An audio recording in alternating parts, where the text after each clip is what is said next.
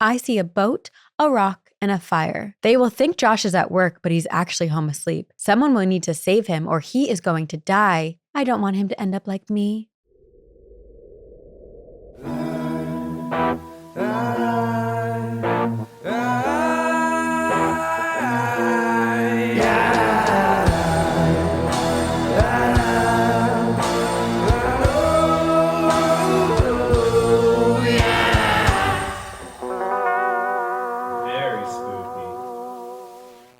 Hello.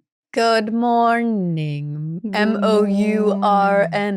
Oh, yes. Mourn the dead, and we discuss them. It's two girls, one ghost. Two girls, one ghost. And we are your ghostesses. That's Corinne. Hello. I'm Sabrina. Why do I feel like we're forgetting something? I don't know. Do you feel that way? Because we say good morning and normally we say hi. No, I don't know. And Maybe people it's just listen at because we're night. just starting and it's Monday and I don't know. It feels like it's been a long time since we've recorded, even though But it's been 3 like days. 3 days. And we ran into each other in Boston. Oh my God, that was the craziest thing.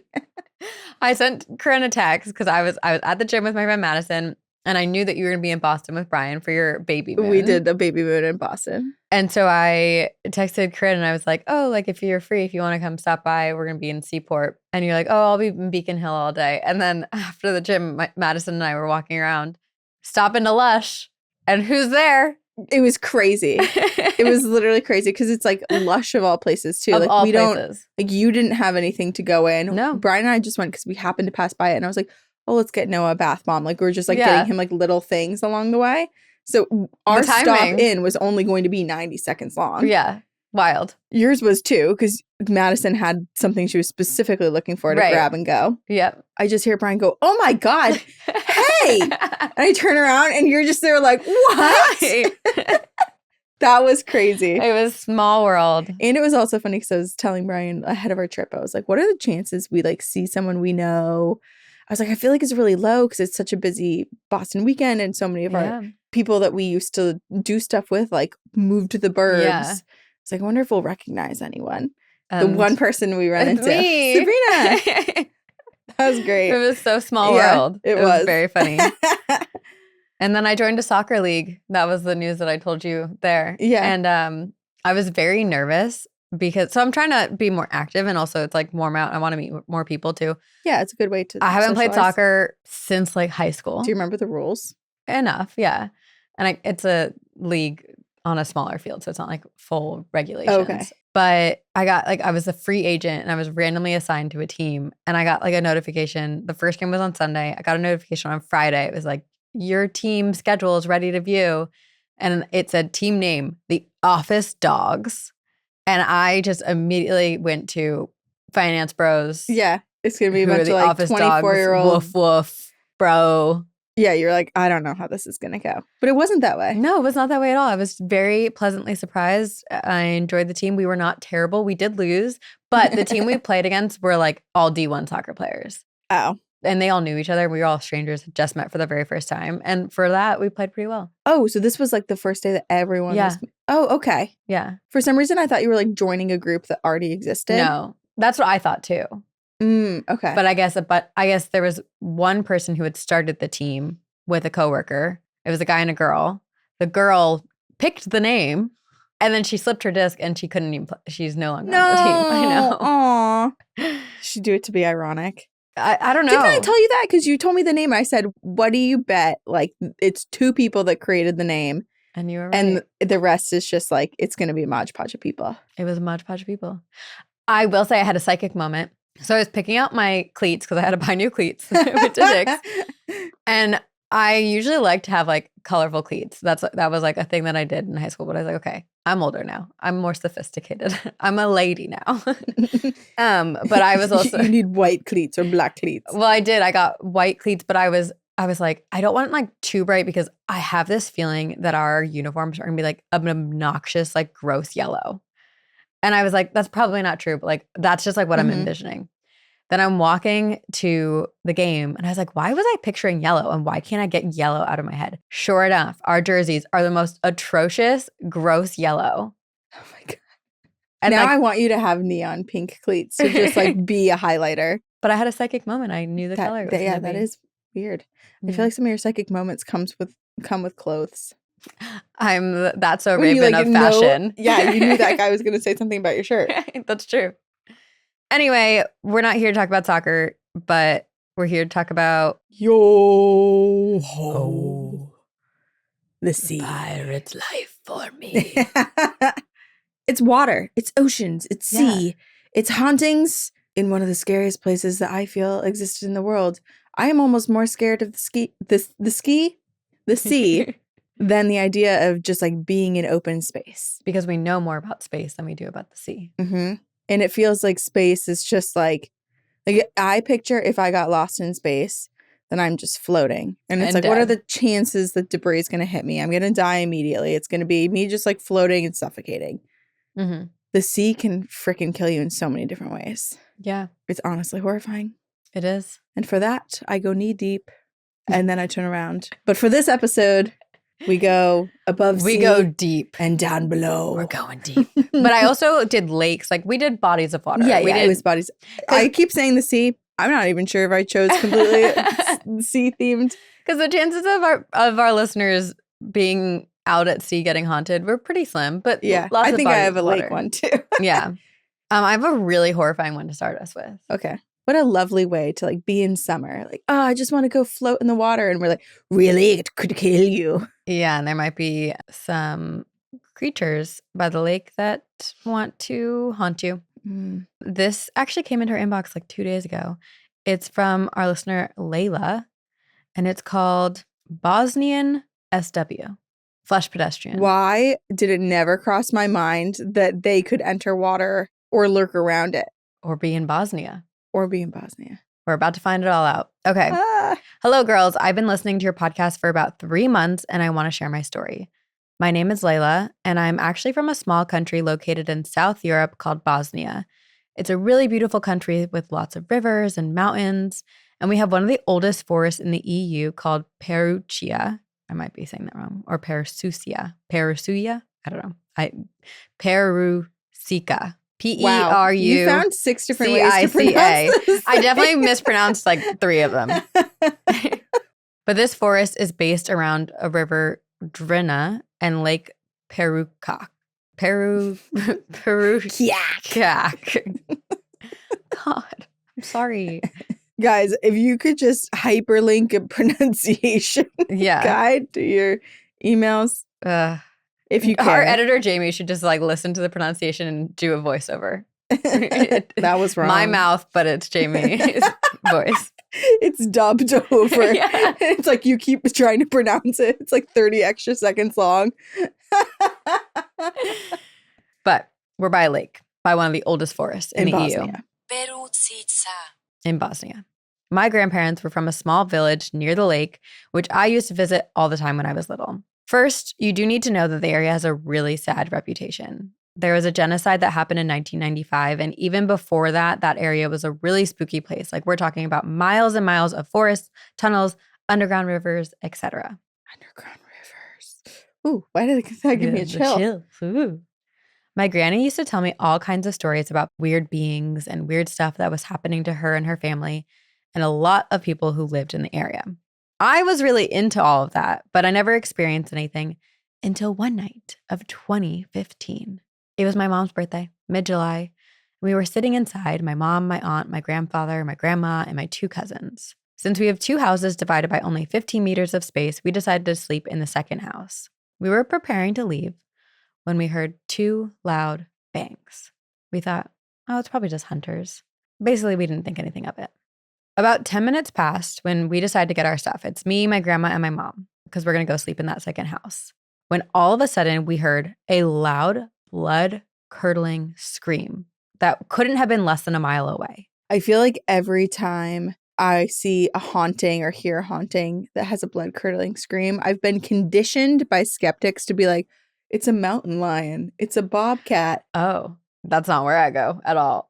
Well, that's a first thought because I feel like that's what I'm told constantly. Yeah. And then we don't like you. The true me comes forward. The true you. And I'm like, oh my God, what the paranormal believer you. Yeah. Yeah. Even if it's a mountain lion, that's a horrifying sound to hear. You better run.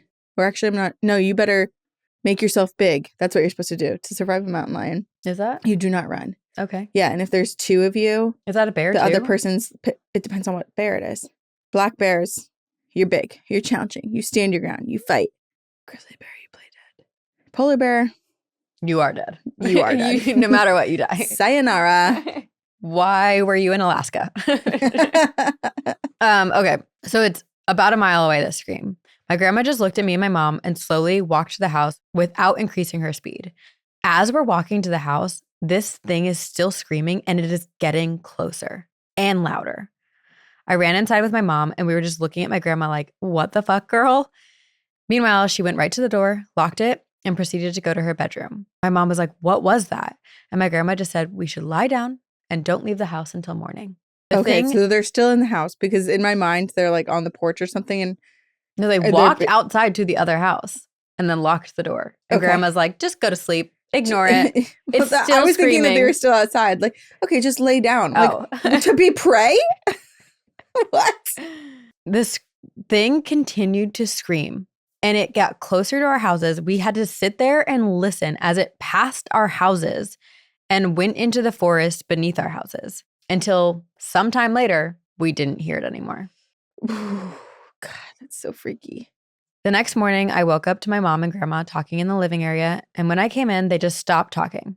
I started asking questions and they ignored me. So I got dressed and I was going to go over to the other house. When I opened the main door, I saw my grandpa with a bucket washing a trail of blood that this thing had left overnight. My mom tried to tell me that it was probably just a dog or something, but based on the stories I know exactly what that was. I mean, it might have been a dog's blood that was getting dragged and trailed and this thing was walking off with, but I don't know. The blood-curdling scream. For like hours, moving through the woods, past our house into the forest. I know exactly what it was. America has flesh pedestrians, or I'm going to say it once, skinwalkers. We have something that has many names, but the name we call it is Drekavac. There are many names for it, but here's the Google explanation. A Drekavac, meaning the screamer or the crier from the Slavic word drekati, is a malevolent, shape-shifting creature from South Slavic and Balkan folklore. This was not my only encounter with the thing. There are also stories about gigantic snakes, souls of people that died in the Balkan War, ghosts, fairies, paranormal encounters with probably demons and all kinds of things. But yeah, I think that's what I experienced, and I think that's what my grandma and the people of the town have been experiencing for years. Thank you for reading. I love you guys. See you on the other side. Wow. Oh, and then she said, forgot to mention, it didn't sound like a fox or dog or a wolf or anything else that I've ever heard, but it was a mix of a baby crying and something undefined, like feral, but not a wild animal. Okay, yeah, because it's supernatural. There's something stalking the woods in that area. Well, and the way that grandma responded, being like, let's lock the doors. Yeah.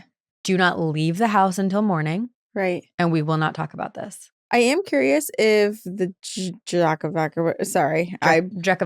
Drekavac, if there are reports that it does have like blood following it or blood is associated with it. Because if not, that makes me think that there was some sort of kill and it was dragging something or someone. Because why else would there be a blood trail? Like, I'm just thinking of the American version. And there is not a blood trail. There is a blood trail connection. It often mutilates sheep and livestock in the regions. And they often find mauled carcasses and a visible, gruesome blood trail leading off into the dark. Oh, God. That's so messed up. That's like literally with this entity. That is a quality that goes with it. Okay, so yeah. You know, the perk of this experience is that you know exactly what you experienced. And it's right by a lake, and that's why I read it. and it's regional to you. Terrifying. Which is pretty cool. Yeah. Scary. Stay inside. Lock the doors. Do what grandma says. Trust your grandma. I've been thinking a lot about plastic and how many tiny particles we just don't see but exist in all of the products that we use. Like cleaning products that you use every day. You wouldn't think that they have plastic in them, but a lot of them do, which is why we are grateful for Blueland. Blueland makes dish, laundry, and other household cleaning products designed to reduce single-use plastic. Their cleaning tablets are 100% plastic-free and microplastic-free. They're independently tested to perform alongside major brands, and the formulas are made without dyes, without parabens, or harsh chemicals. So instead of repeatedly buying plastic bottles, you just use tablets, making it an easy way to cut down on waste at home. Also, their laundry tablets are hyperallergenic and safe for sensitive skin, which I know is a big deal for Corinne with Noah. And they're pre-measured, mess-free, so you just drop it into your drum and wash as usual. And Blueland is a certified B Corp and Leaping Bunny cruelty-free certified. Their formulas are EPA Safer Choice certified, and many products have also earned Cradle to Cradle's Gold Material Health Certificate. So make the switch today. Get 15% off your first order by going to blueland.com/TGOG. If you're looking to make a small change in your routine, you can get 15% off your first order at blueland.com/TGOG. Try Blueland for yourself and get 15% off your first order at blueland.com/TGOG. Okay, I have a submission from Gary, who we've read an email from Gary before. Recently, yeah. Gary has sent us some So incredible submissions. I was Yeah. perusing Gary's entries the other day, and I was like, most haunted friend For sure. up there. And I really appreciated Gary took the time to write like 20 emails. Mm-hmm. The subject lines are so straightforward. We know what we're getting. Yeah. And I think, I don't know, Gary, did you spend like 2 days and just like, I'm going to write to my girls, my ghouls? I think Gary could start his own podcast, potentially That's how a I feel book. about so many of our listeners. I know. Like, we'll hand you the keys. Here's the We castle. encourage it. Yeah. Okay. Gary's story submission is called A Titanic Encounter. Oh, where's Danielle from National Park After Dark? Right. I think of her can't- immediately now. She is Titanic to me. She Yeah. is. Not all things that take your breath away are necessarily warm and welcoming. Every now and then, I am blatantly reminded of how I must have been born as some kind of strong magnet, and not just any magnet, but one that specifically attracts all that's bizarre and paranormal and spiritual and ghostly, as well as creepy and crawly and shadowy and things that go bump in the night. Just recently, I was once again reminded of this condition, or whatever you want to call it. Another example of drawing in the dark and unseen, and then once again being hit smack in the face with the cruel otherworldly visions and vibrations of the past, happened while I was attending a business conference in Kansas City, Missouri. This happened recently, February 2026. So recent. Just a couple months ago. Wow. I had the opportunity to pop in and make a brief visit to a nearby venue, which was offering up a very unique and historically accurate Titanic disaster fully immersive exhibit adventure. Wait, does that mean like they like recreated the crash? That's what it sounds like. Huh. You're harnessed to something and you experience the drop. Or do you like get to go on the ship and like pretend you're fancy and like dine and then you experience the crash? Oh my God. Curious. Not only were there countless photos, videos, artifacts, and other paraphernalia from this doomed and cursed steamship available to gaze upon, but there was also a very large room where, thanks to a spectacular special effects and an ominous mid-ocean atmosphere, made you feel like you were actually sitting right there, bobbing in a lifeboat alongside the ill-fated Titanic. Whoa. And then experiencing firsthand what it might have felt like in those final moments. Another optional experience for a nominal fee, it gave one the opportunity to wear a VR or virtual reality headset, allowing you to feel like you were actually able to walk aboard the Titanic just before and during the time of the iceberg hitting and the Titanic Whoa. sinking. It was truly awesome. Walking along both above and below deck and seeing such things as passengers' living quarters, the passageways, the dining room, the majestic carved oak staircase, for example, it really did make you feel as if you were actually right there. And lastly, you're submerged. As if sitting in a submarine to watch the Titanic's final moments, it plunges and ultimately hits the frigid, barren sea bottom. Damn. All of this was historically accurate and completely fascinating to me. And to think of how many poor, unfortunate souls perished that night and who were at any given moment either lying warm in their beds, enjoying an exquisite meal in the dining room, or maybe just laughing and enjoying their time aboard, and then desperately treading in icy cold water that would take their breath away and rendering their limbs non-functional. It's just so sad. There were also some examples of some crude, early, cork-filled buoyancy life vests that were used, which were surely saturated with the lingering fright and stress of all of those who had to use them. After having truly enjoyed this immersive experience, and just after exiting the exhibit, I had to use the restroom, which was located down in the basement. There was nobody else around, so I made my way to the back of this old bathroom where the urinal stood. While standing there, I suddenly caught a glimpse in my peripheral vision of someone quietly slipping through the entrance. Not wanting to look like some kind of creep or be too obvious, I just sort of side-eyed this individual as best I could. Something about him just seemed strange, very off. And then I noticed that this rather tall, well-dressed gentleman was wearing period clothing. He seemed to be wearing a vintage-looking suit, tweed perhaps, a long woolen overcoat, and atop his head stood a tall black top hat. Which at first, like, you wouldn't think too much of because you're at like this Titanic exhibit. Maybe there are people who dress up. Exactly. And Gary literally says, right away I thought to myself, damn, how the hell did I miss this guy? The period actor. Yeah. He must have been part of the Titanic exhibit. He looked so authentic.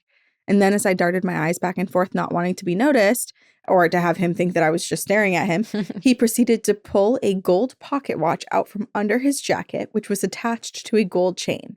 He looked down at it briefly, appeared to be deep in thought, and then in one quick motion, placed it right back into his inner jacket pocket. Then he just kind of stared blankly ahead into space before walking straight over to where the toilet stalls were.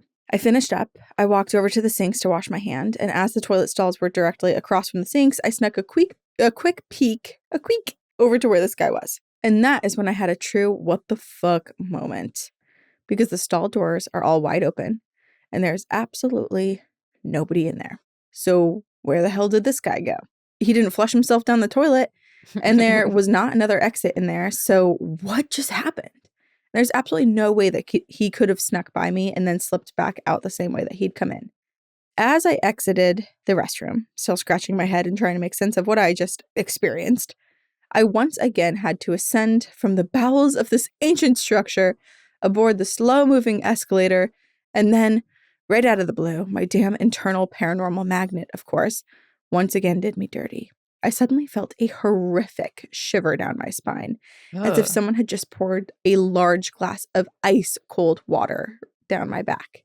The first thing I experienced was hearing the sound of what sounded like water splashing, kind of like when you're swimming in a pool and treading water. Oh, no. And I looked around, assuming that there was a speaker somewhere because this is an exhibit about the Titanic, but there was none.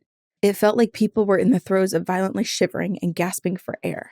I suddenly and clearly heard the faint stutter-type whisper of a young man's voice in my ear saying, "I'm so cold. Please help me, I'm so cold." I just got chills. Whoa. Me too. Yeah, so this freaked me out, and I had the hair on my body standing straight up. Once I reached the ground level, that was that. Nothing more. Everything went back to normal. And once having returned to my hotel room, I decided to Google this Union Station where I just left from to find out a little bit more about it. And oh man, what a history did this place have. Firstly, in 1903, the original Union Depot train station suffered a major flood, which resulted in a much larger Union Station being built to replace it. As to whether anyone drowned here, who knows? But the peculiar thing is, Union Station was constructed between 1910 and 1914. The Titanic disaster occurred in 1912, smack dab in the middle. Coincidence? And then in 1933, the Union Station massacre happened here, making one of the most infamous cases in Kansas City history. A convicted mobster by the name of Frank Nash was being escorted by both policemen and the FBI to be placed onto the train, which would then take him to prison. But before that could happen, a mob family apparently drove up in their car, started shooting their Thompson submachine guns, and in the process, Frank Nash was killed along with 4 FBI and police officers. Jeez. So with all of that being said, was the ghostly apparition of the man that I saw in the bathroom, or the water splashing around, or the voice of a young man stuttering that he was freezing to death, all somehow related or associated to the Titanic exhibit, or to the 1903 flood, or to the 1933 Union Station massacre? Gary, why are you asking us? You know more than we do. From Gary. Haunted Gary. Well, I'm also just so curious because a lot of these Titanic exhibits do have like artifacts or things. And right. And he said that there were actual authentic artifacts from the ship. Could there also have been something specifically down in the basement level that like wasn't on display for whatever reason? Somewhere. But I don't know, because even the man in the bathroom, felt so like he was very much interacting with that space, which makes me think he's more, again, I'm pulling things out of my butthole because I don't know how ghosts work, but like it makes me think he's used to this space and maybe has interacted with it in life. And but I don't know. Whereas the other stuff very much feels like the Titanic. Right. It could be, but to your point, it could be two separate hauntings. Yeah. Like time period wise, location wise, separate hauntings. Because also the feelings that feel more associated with drowning and water in the Titanic didn't happen in the bathroom.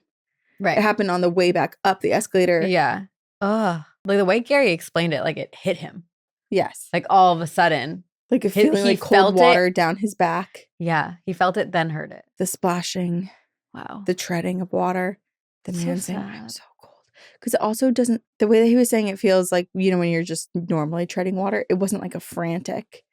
It almost feels like it's towards the end. Yeah. Like where the lifeboats are trying to see who else is left. Also, that water was so cold, it like shocked everyone, right? Like, yeah. Just... Okay, well, I have one that's kind of like heartwarming-ish. Okay. That's a good one after Gary's Yeah. Titanic I mean, reminder. it's like, we'll go up and down with it. It's called A 4-Day Haunting and a Warning That Saved a Life. Hi, Corinne and Sabrina. My name is Jasmine. I recently found your podcast and became a Patreon member. I absolutely love Two Girls, One Ghost. Actually, one of the girls on my soccer league, Jackie, shout out to Jackie, we were like talking about what we do because we grabbed a beer afterwards. And she was like, oh my God, I'm going to listen. She joined our Patreon. Oh, I was that's like, great. You don't have to join the Patreon. Like, that's so supportive. And she's like, no, Right I'm away. like, I'm excited. I was like, wow, Aww. love that. Thanks. So hi, Jackie. If you're still here, if you didn't cancel your membership. That's all. Well, now she can't until after the league I'm going to be is done. stalking her. Okay. I wanted to share an experience that has stayed with me for years. I've changed the names of others in this for privacy. But for some background, I live in Virginia. I have 4 siblings, 2 older sisters and 2 younger brothers, and I am the middle child. And we are no strangers to the paranormal. My mom has always been able to warn or comfort strangers about things that only they would know. Wow. My siblings and I have seen ghosts. We've experienced doors shutting on their own, feeling a hand play with our hair, feeling someone sit on our bed when no one was there, seeing a figure go from one room to another, realizing nobody else is home. This is just to name a few. It always scared us, but my mom always told us it was a good ghost and that we shouldn't be afraid. So one summer, 4 of my cousins came down from Maine to spend the week with us. When they first arrived, everything was normal. But as the week went on, things started happening. And my family and I experienced what we call a 4-day haunting because the energy in this house was incredibly heavy. Damn. Lights. The 4-day haunting. That could be a movie or a book. This whole story could be, yeah. Lights would flicker on and off. Doors would open and close with no one there. We could hear people talking in rooms that were completely empty. DVDs would be flying across the room. But each day, the activity seemed to pick up. During this time, my older sister had a vision of fire, but she didn't understand what it meant. On the 4th day, a very intense thunderstorm came through and knocked the power out. My mom lit candles and placed them around the living room, and everyone gathered together in that room to wait out the storm. As we were sitting there waiting, things escalated. A door down the hallway kept opening and slamming shut. The lights would flicker on briefly before cutting right back off. We were all so freaked out, holding on to each other as tightly as we could. Literally storming, all of the lights are off and they're lit, sitting by candle as these hauntings are just going insane. That's so creepy, but also like kind of a dream. If you're with other people. Yeah. It's still horrifying. This story is the one that you would want based on like the end of it because it's not a nightmare, even though it feels nightmarish. It feels like fake in the beginning, right? Like this feels like you're the start of like a Stephen King. Yeah. So then adapted for television series. Adapted for Two Girls, One Ghost podcast. We're holding on to each other as tightly as we could when we start to hear footsteps going from up the stairs down the hallway. The living room connected directly to the hallway, so these footsteps are getting closer and closer to us. We're all freaking out. And then everything went silent. After a minute or two, we start hearing jazz music coming from down the hallway. Along with the music, we could hear people talking and dishes rattling. It would honestly sound like a party was happening in that room. Keep in mind, power is out. Nobody wanted to move, but my sister and I grabbed a candle and went to go check it out. As we got closer, everything suddenly stopped. We looked inside the room. and no one was there. There were no dishes, no signs of anyone having had been there at all. We ran back to the living room and told everyone what we saw or what we didn't see. And that is when something strange happened. Even more strange than what's already happening? I began talking, but my voice changed. And I was saying words that didn't feel like they were coming from me. This is what I said. Keep in mind, this is Jasmine. Jasmine says, Jasmine is such a pretty little girl. She's so smart. I see a boat, a rock, and a fire.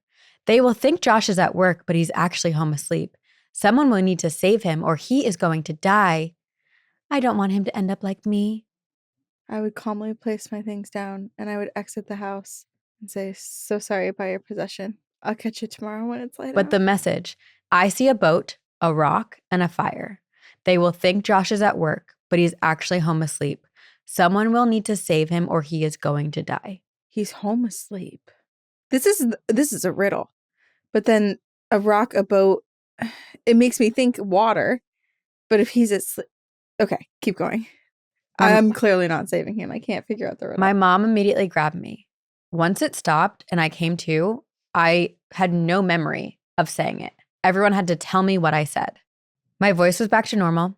My family was completely freaked out, but my mom kept saying it had to mean something. All of it had to mean something. My mom and aunt were able to piece it together. So my sister had that dream about the fire, and I was talking about Josh, to warn Josh. Josh is my cousin's cousin. He has 2 sisters. One of his sister passed away in a car accident when she was very young, around 14 years old. The message said, I don't want him to end up like me. My mom and family believes that she was speaking through me to warn them about what was going to happen. Because 4 years later, here's the event that took place. 4 years? Josh's house, which is by a lake with a large rock where his boat sat, caught fire. That day, Josh was not feeling well, so he went home from work and fell asleep. Everyone thought he was at work and that the house was empty. But at that moment, they remembered what my mom had warned them about 4 years earlier and realized he had to be home. Because they remembered, Josh was saved. Oh, I have so many chills. That experience was so intense and emotional. I still get chills every time I think about it. When I found your podcast, I knew I had to share it. Thank you both so much for giving me and other spooky people a safe place to share these experiences. Stay spooky. Much love, Jasmine. Well, thank God they remembered it. Because when 4 you years. said 4 years later, I was like you forget so many things. But I feel like it was like Josh's sister picked this weekend because everyone was together and spent people 4 would continue to talk about the days- weird thing that happened. 4 days, increasingly like picking up energy and haunting. Yeah. To deliver this final message. And make it super memorable. I mean, unreal. It's also just like a cousin's cousin. Mm-hmm. Like, it's incredible that the family is spreading news and information quickly enough that he was able to be saved. Well, I think if something happened to my cousin's cousin, I would learn about it like 2 months later. I guess, but if like your cousin's cousin was with you, so your cousin's with you, and here's this whole experience, they're going to go back and tell their other cousin that it's about. So it wasn't, okay. So it wasn't necessarily like her family being like, you got to make sure he's not in the house. So but like the news had spread enough because Jasmine of the haunting. And so Jasmine's 4 cousins came down. So it was like 8 people in this house. They were all together. And I feel like Josh's sister who had passed away knew how powerful Jasmine and her mom were, that they needed them to be like the deliverers. That's why it of had the to happen message. 4 years earlier. Yeah. Because, So wild. dang. Oh, for her to just be like possessed in that way. Jasmine's so pretty. What a pretty little girl. I see a boat, a rock, a fire, and Josh is going to die. Save him. Literally. Like, It's like start with a compliment. it's a compliment sandwich. Like, everything is fine here. Oh, she's so sweet. Murder. He's going to die. Fire. Isn't that Imminent death. Wild. Yeah. It does sound like a riddle, doesn't it? Mm-hmm. Even though it's really just a description. I was like, it's kind of straightforward. But like, I see a boat, a rock, a fire. Everyone will think he's at work, but he's actually at home. Someone needs to save him. Yeah. I feel like it's pretty straightforward. With the context of knowing that he lives on a lake with a boat that has a rock. But I was thinking like, okay, well, I was thinking that there were 2 parties involved. It's like there's a big crash somewhere of a boat that is on fire that crashed into a rock. almost like Mothman, I was thinking. Like that is the like sign that something else is going to happen and Josh is going to die when that other event happens. Which I was like, that's so complicated. I know. But a life was saved. A life was saved. Josh's wow, life was incredible. saved. And that's, so when I was looking up stories for this episode, it reminded me I kept thinking about that one story we read, oh my gosh, so many years ago, and I'm going to butcher it. But basically, I think there was like 2 people camping by a lake and they were on a boat and they kept getting like intuition, like hits of like, you have to go left, even though they like would typically go right. And then they found like a mother and son. People that needed help. Who were like drowning. Yeah. Yeah. Oh my God. Ooh. Can't tell you what episode that was. No. Don't know how to search it in the box because those are the details I remember. Maybe someone else does. Oh, but I love all that stuff where it's like spirit intervention and you're just in the perfect place where you're like not questioning things. You're just kind of going with it. Yeah. And people are saved. And you save lives. Yeah. I don't know if you're like me, but I want to know everything about my health. And that is why I'm so excited and fascinated by what Superpower is doing. Superpower is here to make proactive healthcare a reality and accessible to everyone. It's one simple blood draw that gives you information on over 100 blood biomarkers. And just so you know, your annual physical checks only 10 to 15. So that's a big difference in comparison. You can get insights into 100 plus of your biomarkers, your cholesterol, iron, cortisol, testosterone, and so many more. And you can learn your true biological age, visualize all of your health data in one place, and track your progress over time. And Superpower will create a personalized protocol that could help you reach your health goals. I'm so glad that this exists. It's incredible. And I feel like we're going to laugh in the future about how difficult it used to be and how healthcare used to be all reactive. But now we can be proactive and learn more about our health. So take control of your health with Superpower. For a limited time, our listeners get $20 off to unlock their new health intelligence. Head over to superpower.com and use code TGOG for $20 off your $199 Superpower membership. And after you sign up, they'll ask how you heard about Superpower. Tell them 2 Girls, 1 Ghost sent you to support the show. Okay, well, I have an email from our listener, Justine, about a haunted lake. Lovely. Hi, ladies. Love your podcast. I've been into the paranormal since a young age, having my first experience with the ghost when I was in 2nd grade. And then I have been visiting haunted places and requesting to live in haunted dorm rooms in college and just creeping people out ever since. I love that. I'm sure it's not an official request, but it's like, I guess most people wouldn't request it, so they would be like, sure, I guess if you want it. Haunted rooms here that you could assign me. Like, who is this freshman we admitted? I wouldn't want to give it to someone who requested because I'd be like, you're going to do a Ouija board. What are you going to do here? Yeah. I don't think I have any special gifts, but I do feel things and see things all the time. I feel like that's the special gift. Yeah. But the story I wanted to share is one that is about a lake that my family has lived on for almost 45 plus years. Lake, Sacandaga in upstate New York. Sure. Hold on. Let me do a pronunciation thing. Sacandaga. I think I did it right. Nice. Yay! Watch it be wrong. I'm celebrating too early. All right. Lake Sacandaga was previously known as the Sacandaga Valley, and it only became a lake in the 1920s when the Sacandaga River was... Good thing I looked it up. Because you're saying it 100 times, yeah. When the river was dammed to protect the area from constant flooding. Many people, both living and dead, were displaced by the flood. People had to move their lives, their homes, everything to higher ground. While they were given ample time to make this move, they did have to dig up some graves and move those graves to higher ground as well. On a clear day on the boat, you can see all the way to the bottom of the lake. You can see railroad tracks, house foundations. It is super eerie. Anyway, here is my story. My grandparents bought their house on the lake in the 70s after stumbling upon the lake after vacationing in the a bit more populated Lake George area about 20 minutes away. Mm-hmm. They purchased their house for $10K, which is insane to begin with, but it came with all of the furniture. It was a super quick sale, and they were delighted that they could have a summer home to share with their 6 kids and the generations to come. They moved in the next week, and the furniture remained there. And up until just a few years ago, it was all the same furniture. Wow, that's a long time to keep furniture that you've inherited. I bet like the couch had like a permanent like indents where people sat. I've been going up to the lake my entire life. My sister and I loved going up there, especially loved spending time with my grandparents and baking and boating and hiking in the woods, going into the town, shopping for antiques.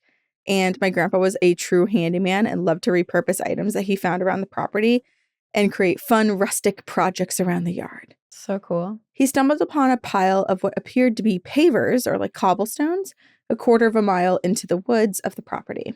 He saw this as a great opportunity to create a perfectly manicured pathway leading up the side of the house to the back patio. My sister and I eagerly agreed to help him. Helping Grandpa usually ended with a special trip to the local creamy freeze. We were 7 and we were 10, so we really weren't that much help. But we would carry one flat rock per trip. And on the second trip, my sister was selecting her paver to carry down the yard when she noticed that there was writing on one of the stones. Oh, that's so cool. She couldn't make out what it said and asked my grandpa to take a look. And now thinking back, the pavers were all different sizes, different shapes, different colors of gray and brown. Some had words on them, some were rectangles, some were very small ovals, some were broken. My grandpa could not make out what the stone said either and just told us to lay them down, writing side down on the hill. And we sure wanted ice cream, so we continued to do exactly that and then carry the pavers and create this pathway.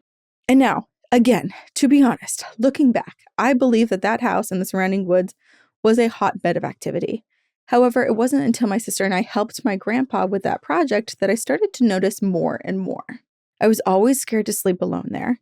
It's so funny to be like, this place was scary. Like there was something off about this place and I was scared to sleep there, but I have the best memories and loved going there. Right. You can have both. Yeah, you can.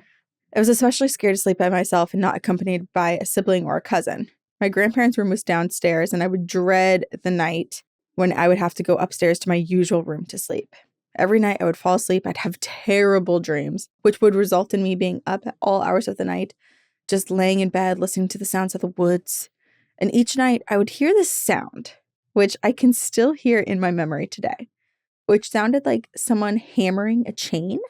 And the timing was always the exact same time. Interesting. Each morning I would wake up.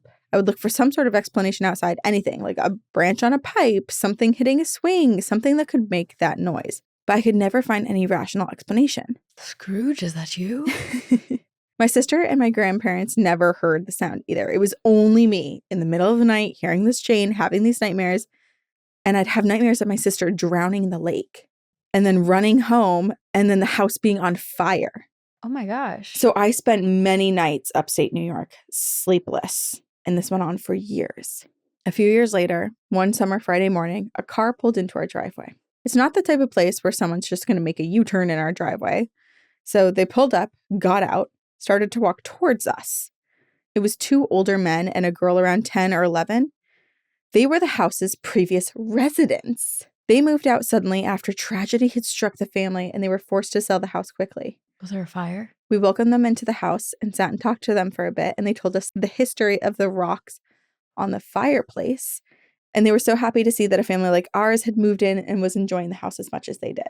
My grandpa then took them to the backyard to show them everything we had changed, pointed out the outhouse that was still standing, and of course, was happy to show them his new crafty walkway that he'd added a few years back that we helped with. Oh my gosh. One of the men was speechless. He said, "Where did you get these stones?" My grandpa explained that he'd found them in the backwoods. This man knew exactly where they were from.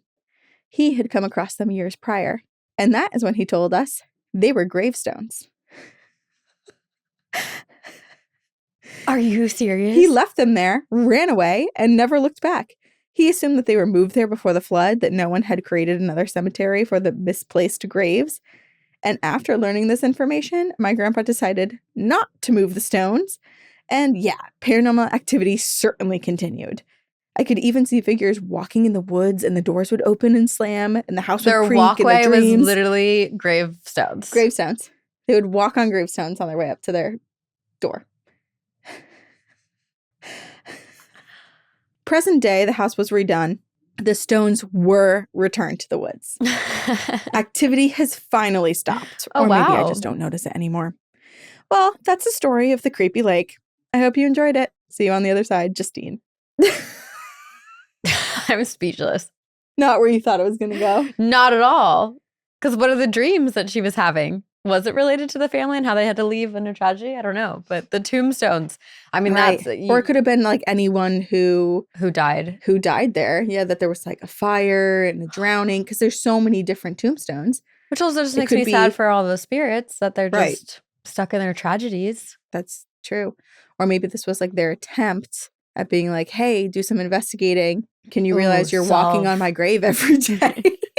Oh, I thought you were going to solve my murder. Solve my murder. Or just, bring some awareness to the little stepping stone path. I actually kind of love that was used as like or just like that they were repurposed, maybe not as a walkway, but in a way it's like representing being brought home, like a pathway home. Oh, that's sweet. But I guess they didn't love it because they were haunting them like crazy. And then once the pavers were, or I keep calling them pavers, once the gravestones were returned to the woods, the activity stopped. Interesting. I think if I were a ghost attached to one of those headstones, I would make my headstone almost be like a whoopee cushion. So anytime like someone stepped on it, because I'm a teenage boy. I have one more story to end this episode on, but we also have a bonus story to read on Patreon. Mm-hmm. So I'll read a story here for everyone. But if you want more. Story time with Sabrina. If you want one more, there will be another on Patreon. Perfect. You have heard us talk about Oneskin before and how everyone in our lives have been turned on to using it. It was actually created by scientists to target those, what they call zombie cells, which are actually driving visible signs of aging. And Oneskin's OS1 peptide was specifically engineered to address those zombie cells. So you're getting everything you expect from great skincare with OS1 doing something most skincare was never built to do. And with summer here, that matters even more because up to 80% of visible skin aging starts with sun exposure. But Oneskin's new limited edition summer bundles have got you covered. And let me tell you, Oneskin's skincare with SPF, I put it on every day because SPF is so important in protecting your skin, but it also goes on so smoothly. It's perfect under your makeup. It doesn't pill. It's perfect. Born from over a decade of longevity research, Oneskin is helping you unlock your healthiest skin now and as you age. For a limited time, try Oneskin with 15% off using code TGOG at oneskin.co/TGOG. That's 15% off oneskin.co with code TGOG. After you purchase, they'll ask where you heard about them. Please support our show and tell them we sent you. Okay, this is from our listener, Heather. And I was looking for a story about like haunted cruise ship because I knew that would be your horror. But I found from Heather, I work on a haunted steamboat. Ooh. Yeah. Very cool. I feel like steamboats are kind of rare. No, it's like a super historic. It's like got an awesome story. Okay. Hi, ghostesses. Let me just tell you that your podcast changed my life. I found you in 2023 after you were on Celebrity Memoir Book Club, which they rebranded to Good Noticings Podcast, I think. I think that's the new name, the rebrand. Ashley and Claire. But I spent the rest of the summer binging your archives. Okay, I'm going to start by saying I have the best job ever. I work on a haunted steamboat. It is called the Belle of Louisville, and it's located in Louisville, Kentucky, home of the Kentucky Derby and all the bourbon. The Belle, and a hell of a lot of hauntings. So many hauntings. The Belle was actually built in 1914, and she started out as the Idlewild. That was what she was named. Mm. In the 1940s, she had a captain named Ben Winters who was known for having some slightly shady friends, and these friends were doing illegal gambling on the boat one night, which resulted in the police raiding the boat. The shock of this gave Ben a heart attack, which he later died from, and it was his dying wish to name the boat the Avalon. It is considered bad luck by some to rename a boat, but considering we're the oldest steamboat of our kind in the world, things are going okay for us, knock on wood. Ben Winters is rumored to haunt the boat. But that's not even the story that I ran here to tell you. Okay, but more context. Our boat was the Avalon until 1962. And then the city of Louisville bought her and eventually restored her to her adorable turn-of-the-century greatness. And this is when she got her third name change to the Belle of Louisville. And you will see her all over our city murals, logos, and in random memorabilia and antique shops. I feel like normally I don't love a name change when it has to do with something that's like super historic, but I love this name change. Yeah, the Belle of Louisville. Because it comes with so much adoration. Yes. Every year we have a big steamboat race that's a part of the Kentucky Derby Festival. How fun. We're kind of TikTok and Instagram famous for an instrument we have on our boat called the steam calliope. It's this really loud organ type of instrument that steamboats would have back in the day in order to announce their presence before the internet existed. Wait, what? They would start to play. They'd play the organ? Basically, yeah. The Yeah, Calliope. I'm just thinking of like Phantom of the Opera music. Very like, dramatic. No. Which is very Pirates of the Caribbean on Davy Jones's boat. Okay, so they would start playing when they got close to the destination, and you could hear it for like 10 miles or so. People in these river towns would flock to the shore to watch the steamboat coming in when they would hear it from far away. So I love this beauty and nostalgia of it. So now we play musical requests and some pop music on the Calliope. And I'm probably saying that wrong. And people love it. They also love our player, who is an actual angel named Martha. So when the boat was leaving the dock today, I ran into one of our mates, and he asked me if Martha had told me what happened to her over the weekend. Ooh. And I had just spoken to Martha, and she hadn't mentioned it. So Martha and I were texting back and forth to coordinate some new songs for her to play. And later that afternoon, she mentioned that someone told her she had to tell me the story. So here it is. I'm dying to know her set list, though, because I'm like, what do they play? They play pop music. But like, is it pop music we could look it from up. like the Let's 70s see. and 80s, or is she playing Pink Pony Club? I bet we're going Pink Pony Club. Belle of Louisville. They play modern and pop hits. They play Golden by K-pop Demon Hunters. Here Comes the Sun by the Beatles. Here, this is the K-pop.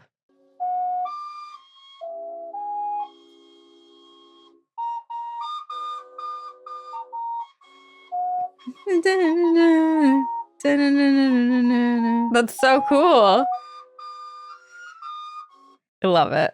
Yeah, when you get to like the upbeat part, Yeah. I'm like, okay, that's like fun. You hear it. But yeah. the beginning of it, I was like, oh my God, this is like the Haunting. opening to like a like campy 70s horror movie on the steamboat.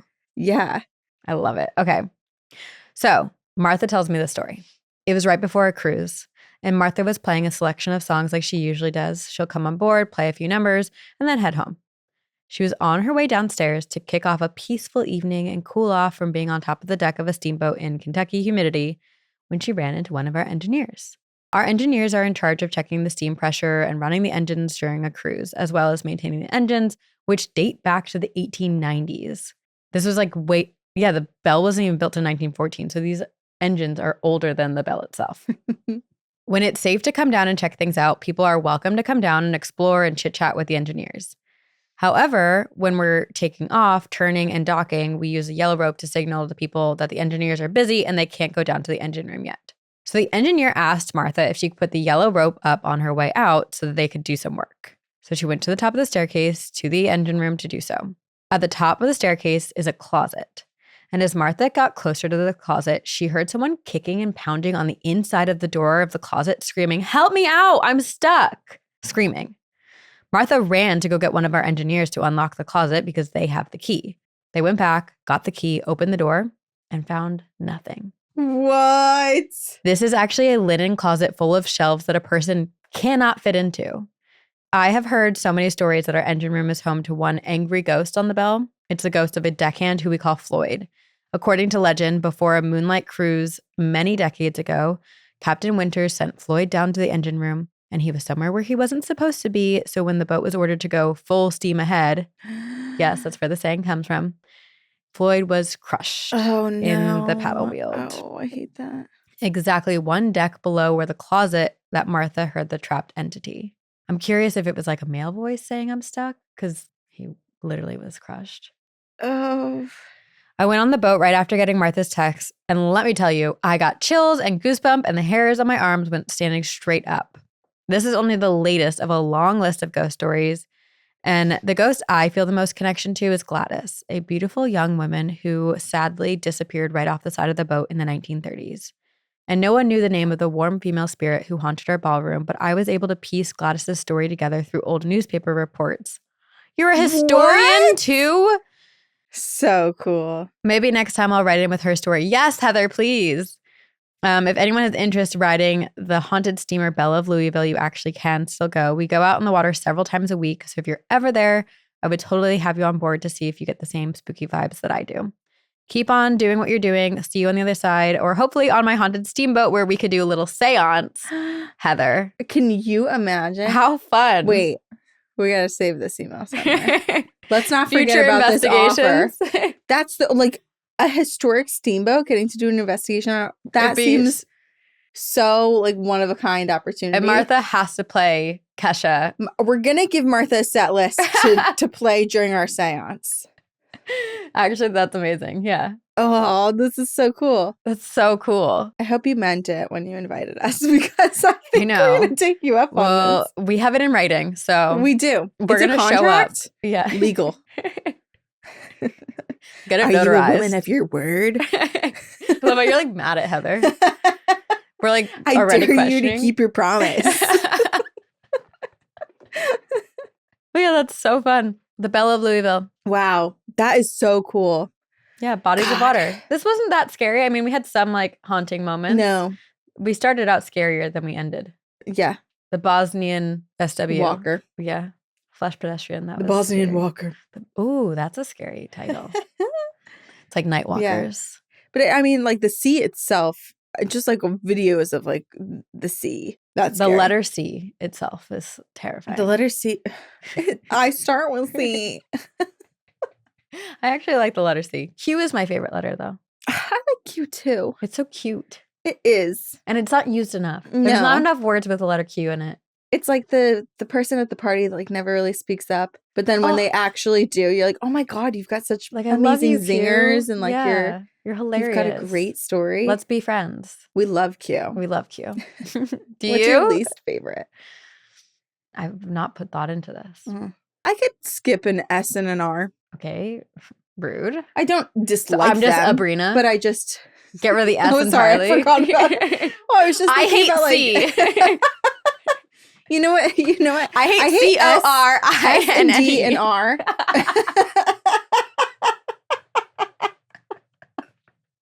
I don't hate any letters. Yeah, numbers are a different story. I actually quite like all numbers, I think. 8's my favorite. I love 8. Interesting. So satisfying. Just a 8. Mm-hmm.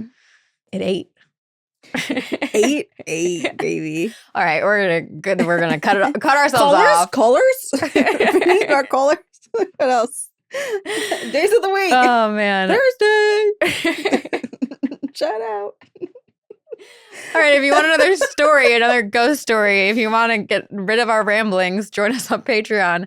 We're going to read one more story, and I'll give a little teaser. It's about a sunbathing ghost, a boy at the pond, and the Hat Man trying to get our listener.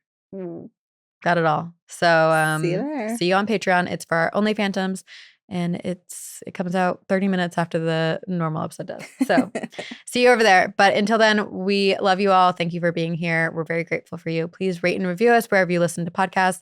Subscribe to us on YouTube or watch on YouTube. Join our Patreons and Our Patreons. yes, Patreon. Well, it's I was gonna say Patreon and subscriptions because they exist elsewhere, but Patreons. We recommend Patreon. And thank you, Jamie Ryan, for editing and producing our podcast. We love you all. And we will see you on the other side. Very spooky.